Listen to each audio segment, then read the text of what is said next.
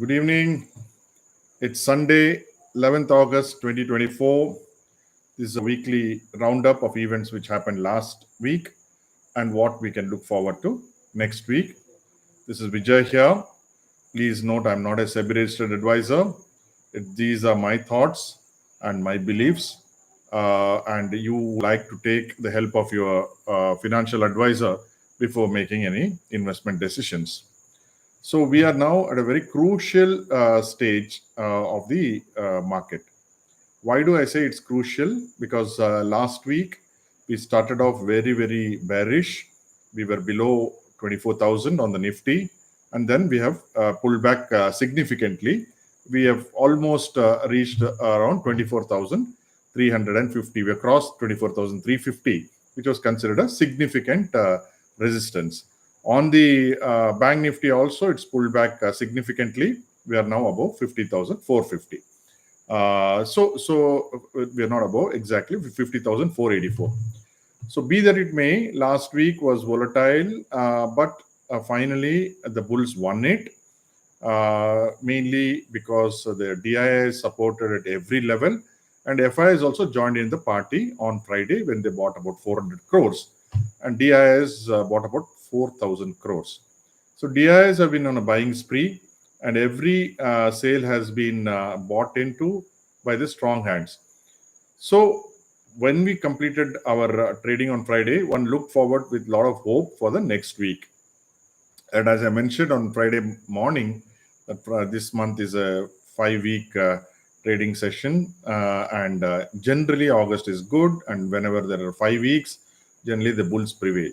So it was all hunky dory on Friday evening when the bombshell hit us on Saturday from Hindenburg. And Hindenburg said that they have a big, what shall I say, a big news on India, and everybody waited with bated breath. And now they have announced over the weekend that SEBI chairperson is involved in the Adani scam, and she had some vested interests in a company owned by Vinod Adani, and also her husband is a consultant with Blackstone, especially on the REITs, that is the Real Estate Investment Trust.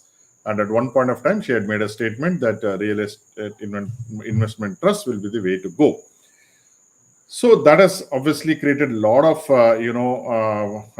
noise, with the opposition talking of a JPC, while the government and their side of influencers like the lawyers and the financial influencers, all of them supporting the stance of what the SEBI chairperson has done in the past. She and her husband have brought out a statement where they say that whatever they did was prior to she becoming a member of the SEBI board, which it was in 2017, which she became in 2017. So they say it is hunky dory. There's nothing for them to worry. So there was this, lot of clamor whether she will resign, when she will resign, what will she do, what will the government do. My take on this is simple like this.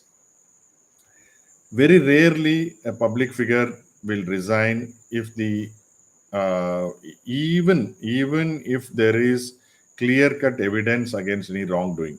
In this particular case, this is only circumstantial evidence. This is an evidence where it can be argued both ways. So while we may feel that she might have had some relationship with the Adani Group even after she became SEBI chairperson, though she was not an investor, her husband was an investor in some of the hedge funds later. Nevertheless, there is nothing directly to connect her to this Adani issue. This is what I understand at this point of time. We don't know whether there are any more skeletons in the cupboard, how Hindenburg will react. But as we speak today, it looks like whatever we get a knee-jerk reaction, whatever reaction we get tomorrow on the downside is most likely to be a knee-jerk reaction, because people, especially in the government, have taken a very strong stand that there is no wrongdoing on the SEBI chairperson's actions. Now, it does not directly come from the government, but what I would say, government-related entities have all talked of, she having done no wrongdoing, while the opposition is clamoring for a blood by asking for a resignation.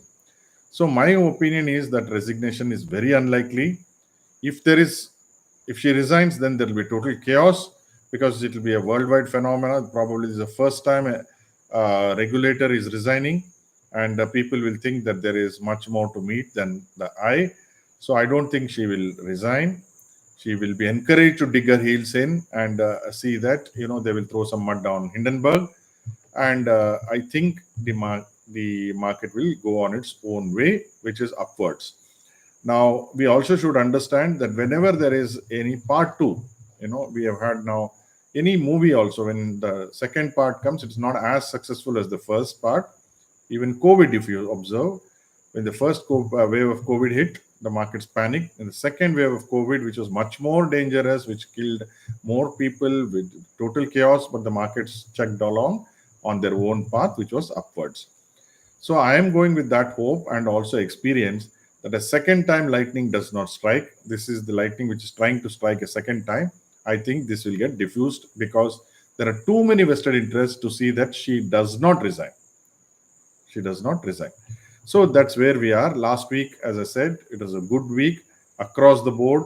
So buying was there, and there was a lot of buying even in the US markets as well as European markets and the Asian markets. Now, tomorrow is a holiday in Japan, so one may need not expect any volatility there. And we have a holiday midweek because of Independence Day. So I think the markets will be gently upwards, though they may open with a gap down, because you see, fear can bring the market down. But I think saner voice will prevail, and we should see a week where it is positive. Except maybe on Friday, which is the third Friday of every month, there is some shake. So that is one we need to expect. But that we will come to it when we reach Wednesday, because Thursday is a holiday. So all said and done, I think this will blow over because there are vested interests to see that she does not resign. Prima facie, I'm not able to see any strong, argument for her resignation, except a moral case where Chidambaram resigned in 1992 on the fair growth scam. So he had some shares in that company, so he resigned. But morality is all the 90s. Nobody resigns now. In the last 10 years, nobody seems to have resigned, and I don't think that will happen. So one can rest and one can hope that we can be hopeful that things will be good next week. This is all I wanted to say. Thank you for joining. Have a restful weekend, and let's hope for a better tomorrow. It's Vijay here, signing off.